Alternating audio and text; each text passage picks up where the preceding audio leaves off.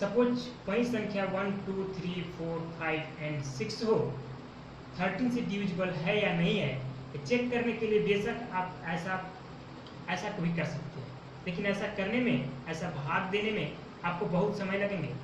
उसके कंपैरिजन में कम समय में आप डिविजिबिलिटी कैसे चेक करेंगे, इसके लिए मैं आपको ट्रिक्स बताते हैं।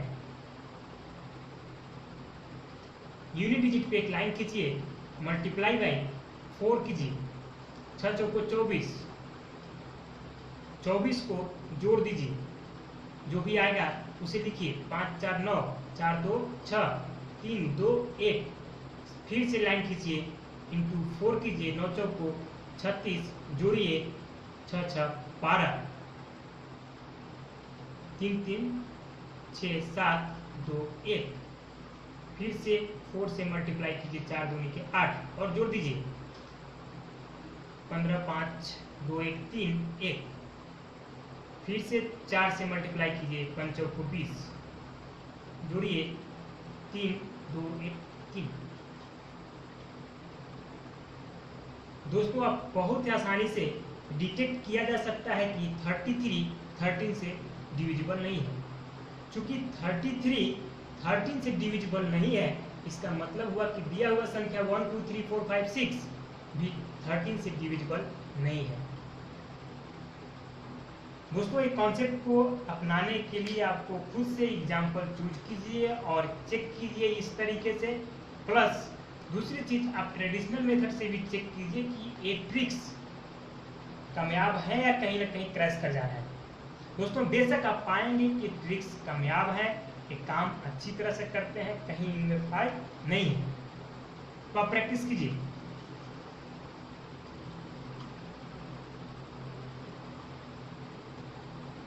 नेक्स्ट 14 से बता दें, 14 इक्वल टू होता है 7 इंटू 2। जो 7 से डिविजिबल है प्लस 2 से डिविजिबल है, वही संख्या 14 से डिविजिबल होगा, अदरवाइज डिविजिबल नहीं होगा। डिविजिबिलिटी बाय 17 से डिविजिबिलिटी कैसे चेक करेंगे? 1 2 3 4 5 6 यदि दिया हुआ संख्या हो तो लाइन खींचने का है, इंटू 5 करने का है, 6 5 30, माइनस करना है, 5 में 0, 5, 4 में 3 1, 3 2 1, इंटू 5 बचा 25, माइनस करना है, 31 में 25, 6 2 1, अगेन इंटू 5, 6 5 30, माइनस करना है, 90 कभी भी 17 से डिविजिबल नहीं है, क्योंकि 17 5 85, 90 डिविजिबल नहीं है। इसका मतलब हुआ कि दिया हुआ संख्या 1 2 3 4 5 6 17 से डिविजिबल नहीं होगा। ठीक इसी प्रकार से 19 से डिविजिबिलिटी चेक करने हैं।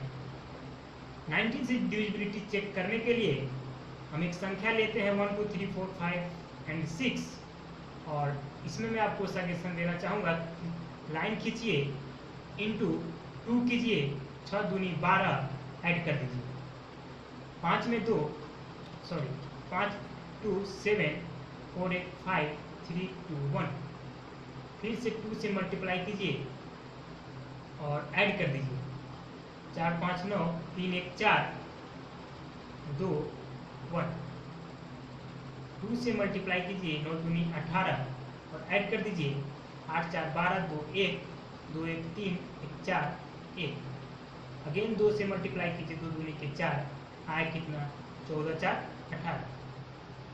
चूंकि 18 19 से डिविजिबल नहीं है, इसका मतलब हुआ कि दिया हुआ संख्या 1 2 3 4 5 6 19 से डिविजिबल नहीं है।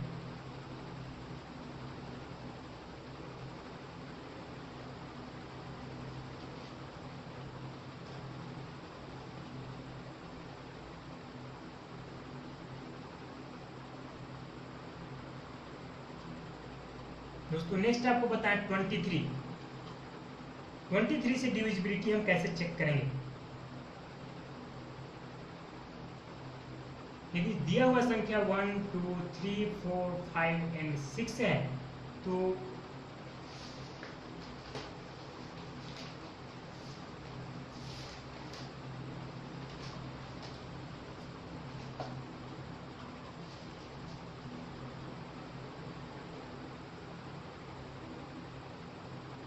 इसे भी लाइन खींचने का है और 7 से मल्टीप्लाई करके घटाने का है। दोस्तों मैं आपको लॉजिक बता दूं कि किस लॉजिक से हम किसी संख्या से मल्टीप्लाई कर रहे हैं और कभी घटा रहे हैं तो कभी जोड़ दे रहे हैं, क्योंकि इतना सभी चीज़ों की लॉजिक क्या चल रहा है बैकएंड में शायद आप भूल जाएंगे कि कौन सी संख्या से आपको मल्टीप्लाई करना है, कब ऐड करना है, कब माइनस करने हैं।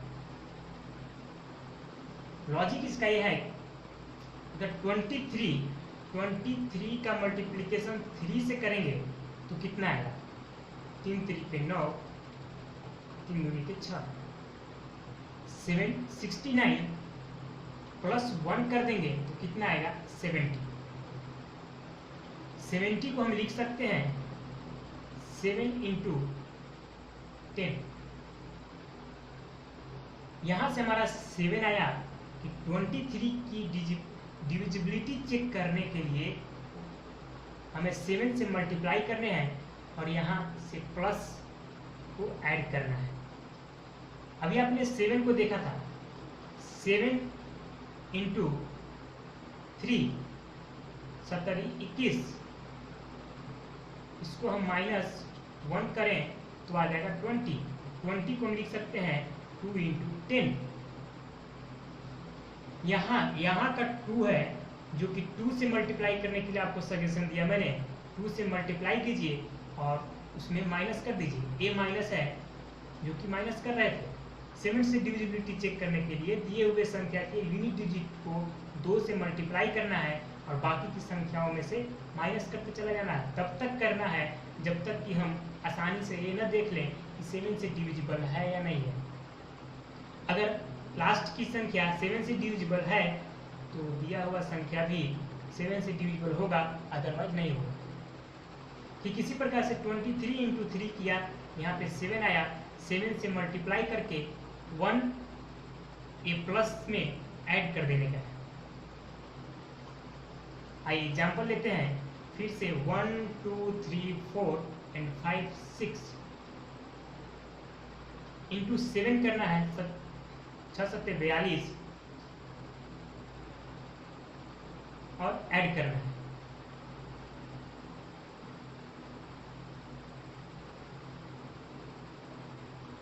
ठीक यहाँ पे 7 से मल्टीप्लाई करने हैं 49 एंड ऐड करना है। इस तरह से आप चेक कर सकते हैं कि ये संख्या 23 से डिविजिबल है या नहीं है। अब आप ट्रिक्स खुद से भी बना सकते हैं कि कैसे हम चेक करेंगे 29 के लिए कौन सी संख्या से मल्टीप्लाई करना है और उसमें ऐड करने हैं या सब्सट्रैक्ट करना है। आइए 29 को हम लिख सकते हैं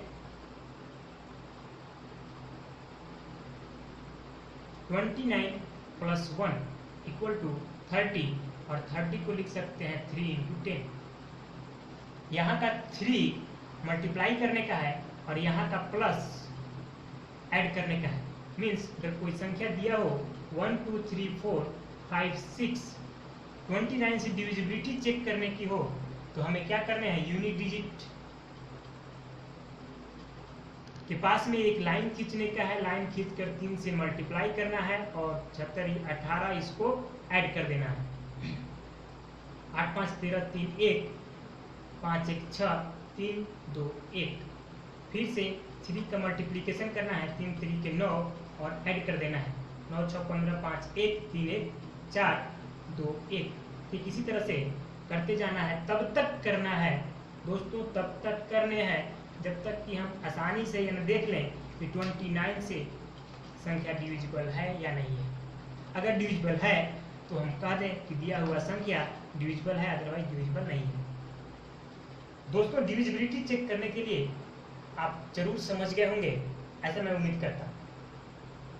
इस अगर आपको नहीं समझ में आया हो तो मैं आपको रिकमेंडेड करना चाहूँगा कि आप हमारे चैप्टर वाइज एनालिसिस को देखिए। वहाँ पे मैं आपको 2, 3, 4, 5, 6, 7 A to Z पूरे चीज़ों को और भी अधिक बेसिक से बताऊँगा।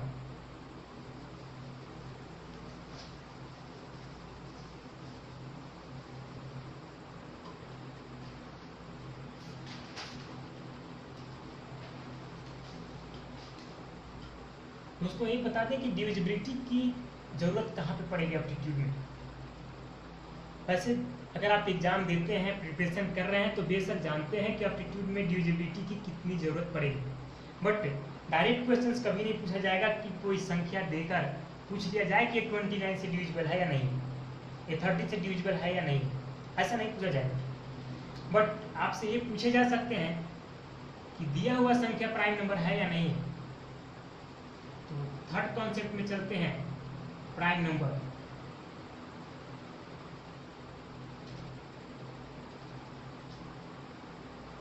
सबसे पहले तो ये समझना होगा कि प्राइम नंबर होता क्या है। प्राइम नंबर वो संख्या होती है जो सिर्फ खुद से डिविजिबल हो या फिर 1 से डिविजिबल हो।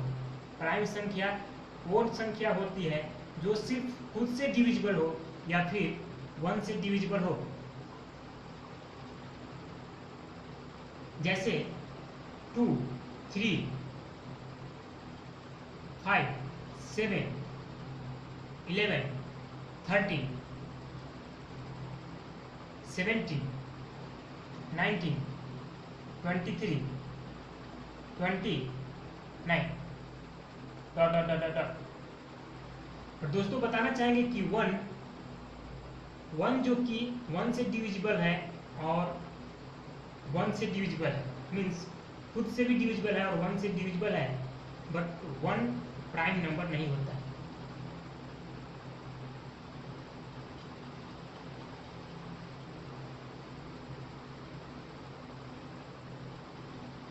No prime number, 1 prime number नहीं होता।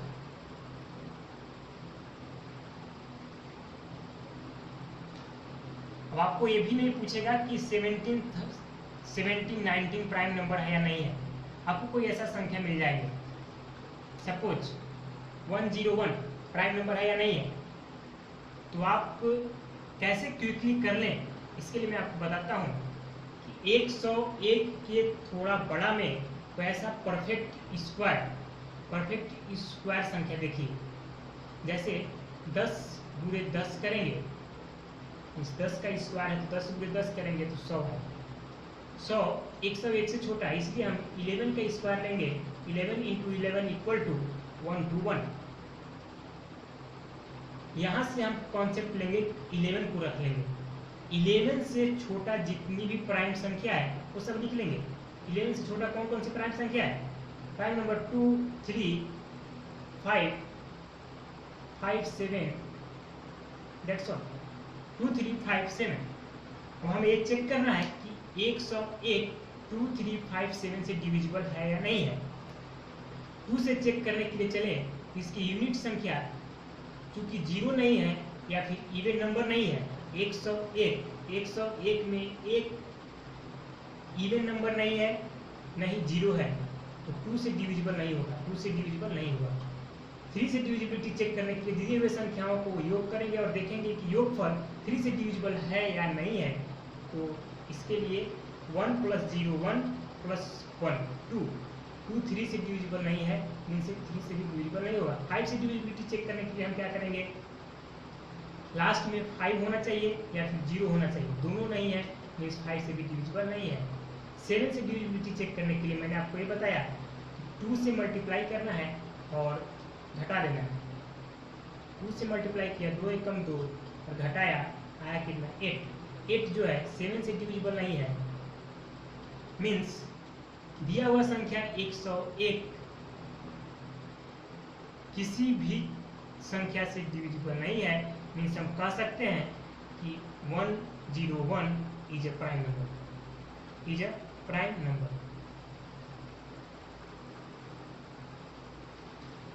ठीक इसी तरह से तमाम ऑप्शन मिलेंगे आपके सामने और वहां पे आपको चेक करना होगा।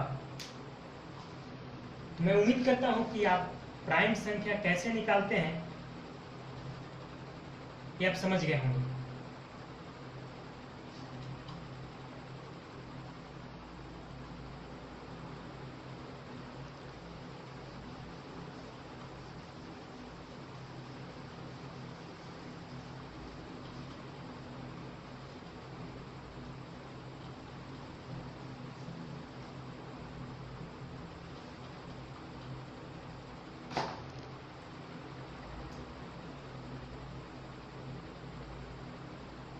फोर्थ में दोस्तों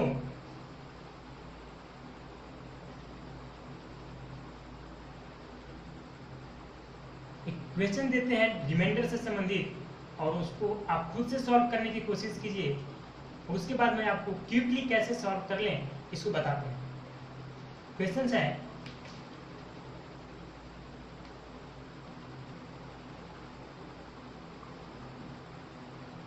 two different number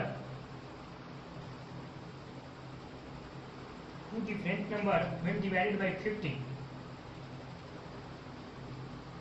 when divided by 15 leave remainder 12 and 13, leave remainder 12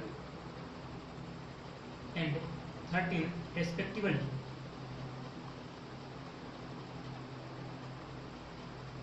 Respectively, if their sum is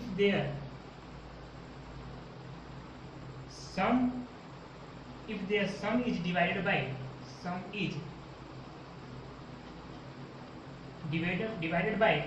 the same number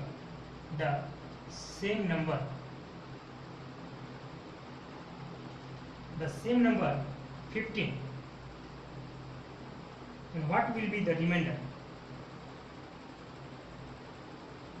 What will be the remainder?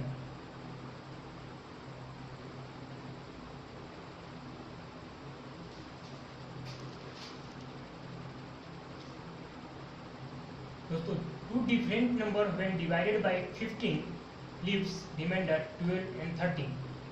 Question से कह रहा है कि दो नंबर हैं x एंड y जिसे 15 से डिवाइड किया जा रहा है, 15 से डिवाइड किया जा रहा है। तो यहाँ पे कुछ आकर रिमाइंडर दे रहा है 12 और 15 का डिवीजन कर रहे हैं y को, यहाँ पे कुछ आकर दे रहा है 13। यदि हम x प्लस y को 15 से डिवाइड करेंगे तो यहाँ पे कुछ आएगा, रिमाइंडर कुछ आएंगे, यही रिमाइंडर इक्वल टू 1। दोस्तों ऐसे क्वेश्चंस को करने के लिए मैं आपको शॉर्ट में बताता हूँ। रिमाइंडर r इक्वल टू होगा जो अलग अलग डिवाइड करने के बाद रिमाइंडर आ रहे हैं r1 plus r2 minus divisor.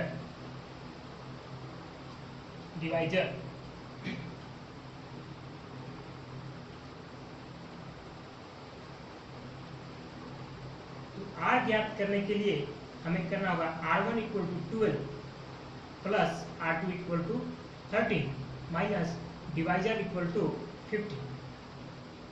यहाँ से कैलकुलेट करेंगे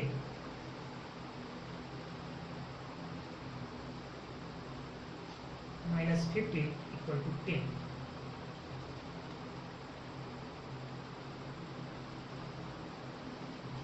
इस क्वेश्चन की डिस्कशन करने के बाद ये समझ में आया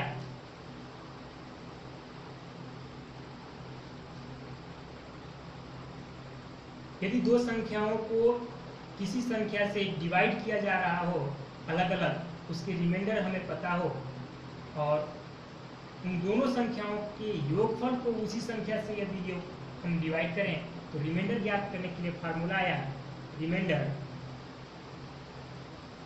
reminder equal to r1 plus r2 जो अलग अलग हमें रिमाइंडर मिल रहे हैं माइनस डिवाइजर।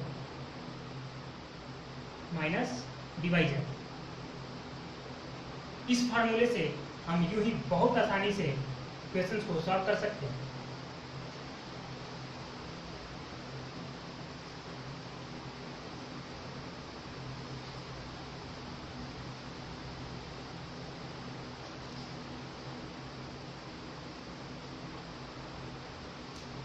नेक्स्ट मैं आपको क्वेश्चन देता हूं, two different number when divided by 47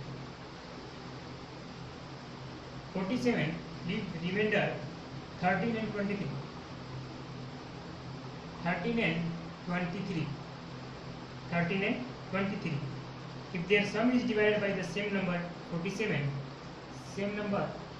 47 what will be the remainder। इसे सॉल्व करने के लिए reminder r equal to r1 13 plus 23 minus divisor 47 336 minus 47